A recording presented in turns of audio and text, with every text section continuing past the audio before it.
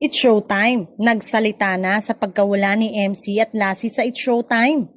Nananatiling tahimik sina MC at Lassie Marquez tungkol sa issue ng pagkawala nila bilang co-host ng noontime show na It's Showtime.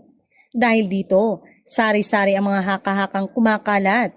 Isang may alam sa kwentong ito ang nagparating na di umano'y kusang loob na nagpahinga sina MC at Lassie kaya hindi na sila nakikita sa Kapamilya Noontime Show na napapanood sa GMA7, A2Z, All TV at Kapamilya Channel. Malakas ang hinalang maaaring may kinalaman ng paninita ni Vice Ganda kay MC sa outing nila sa hindi na pagsipot nito at si Lassie sa It's Showtime.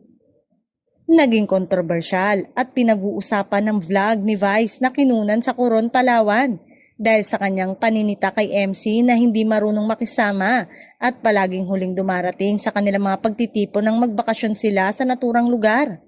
Gaya ni na MC at Lassie, nananatiling tahimik si Vice sa isyong ito.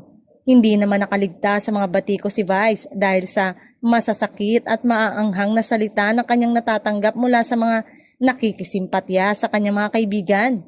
May mga kumampi sa inasal ni Vice pero meron ding nagsabing mali ang kanyang ginawa dahil nalagay si MC sa alanganing sitwasyon. Hindi na nasilayan sina MC at Lassie sa It's Showtime ilang araw matapos lumabas ang vlog ni Vice. May mga nag-uudyo kina MC at Lassie na wag nang bumalik sa It's Showtime pero may mga nagpapayo ring wag nilang hayaang masira at matuldukan ang malalim na pagkakaibigan nila ni Vice Ganda. Ngunit ngayong araw ay tila tinuldukan na mismo ng pamunuan ng It's Showtime nang mag-post ito patungkol sa mga present na host sa nasabing noontime show. Dito ay kabilang sina Ann Curtis, Vong Navarro, Ogie Alcacid, Darren Espanto at MC at Lassie.